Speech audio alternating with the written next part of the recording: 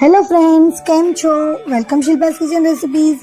Friends, ઘણા બધાએ શ્રીખંડ બનાવવાની ઘરે ટ્રાય તો કરી હશે, પરંતુ બધાને પ્રશ્ન એ જ હોય છે કે આપણું ઘરનું બનાવેલું શ્રીખંડ પરફેક્ટ બહાર જેવું નથી બનતું. તો આજે આ તમારો પ્રશ્ન સોલ્વ થઈ જશે. આજના એપિસોડમાં આપણે જે રીતથી શ્રીખંડ બનાવીશું એ પરફેક્ટ બહાર જેવો જ બનશે, તો છેલ્લે સુધી જોતા રહો. તો ફ્રેન્ડ્સ, સ્ટાર્ટ કરીએ. પહેલાં તમને એક રિક્વેસ્ટ છે કે જો તમે મારી ચેનલને હજી સુધી સબસ્ક્રાઈબ નથી કર્યું તો નીચે જે લાલ કલરનું સબસ્ક્રાઈબ આપેલું છે તેને પ્રેસ કરી અને બાજુમાં જે બેલ આવે તેને પણ પ્રેસ કરી અને ઓલ પ્રેસ કરી લેજો, જેથી મારા નવા બધા જ વિડીયોની નોટિફિકેશન તરત મળી રહે. આ બિલકુલ ફ્રી છે અને હું આવી નવી વાનગી લાવતી રહું છું. જો તમારું સબસ્ક્રાઈબ ગ્રે કલરનું છે તો તમે પહેલેથી સબસ્ક્રાઈબ કરેલું છે, બીજી વખત કરવાનું નથી. તો ચાલો બનાવવાનું શરૂ કરીએ.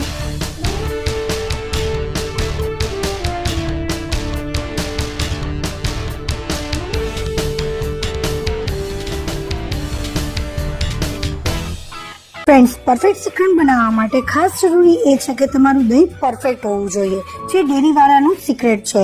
તો આ દહીંની રેસીપી મેં પહેલેથી આપેલી છે અને તમને તેની લિંક નીચે ડિસ્ક્રિપ્શન બોક્સમાં મળી જશે અને ઉપર આઈ બટનમાં પણ મળી જશે.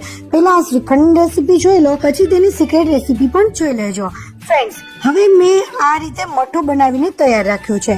અને આમ તો જો કે બધાને ખબર જ હોય છે કે મઠો કઈ રીતે બનાવો, છતાં પણ જેને ખબર નથી એને હું કહી દઉં છું કે આ રીતે કોઈ પણ વાસણમાં ગળણો કે જાળી રાખી અને કોટનના કપડામાં દહીં રાખી દેવું અને તેના પર ડીશ ઢાંકી તેના ઉપર વજન મૂકી દેવું અને આ મઠાને ફ્રીજમાં મૂકી દેવું, ક્યારે પણ બહાર નહીં રાખવાનું.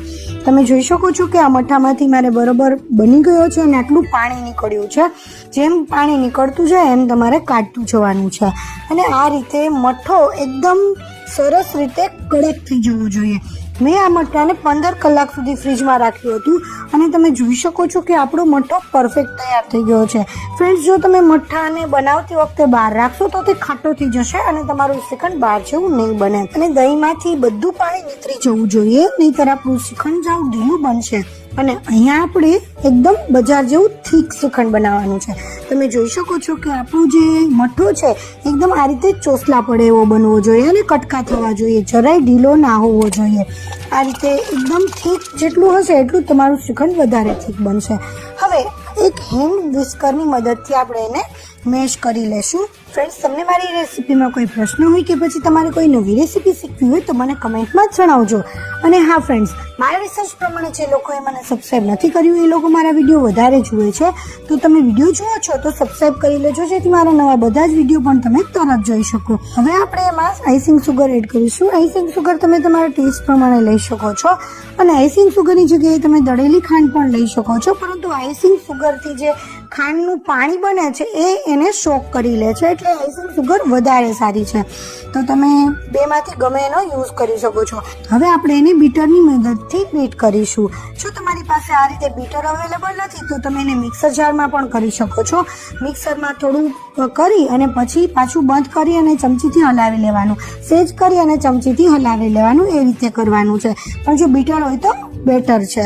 હવે આપણે એની અંદર કેસર એડ કરીશું. મેં અહીંયા 2 ચમચી દૂધમાં કેસર પલાળેલી રાખેલું હતું, એ આપણે એની અંદર એડ કરી દઈએ. કેસરના તાંતણા થોડા રાખી દઉં છું પણ સજાવવા માટે. હવે બધું નાખી અને પછી એને ફરીથી આપણે બીટ કરીશું. એકદમ પરફેક્ટ કેસરનો ટેસ્ટ આવશે.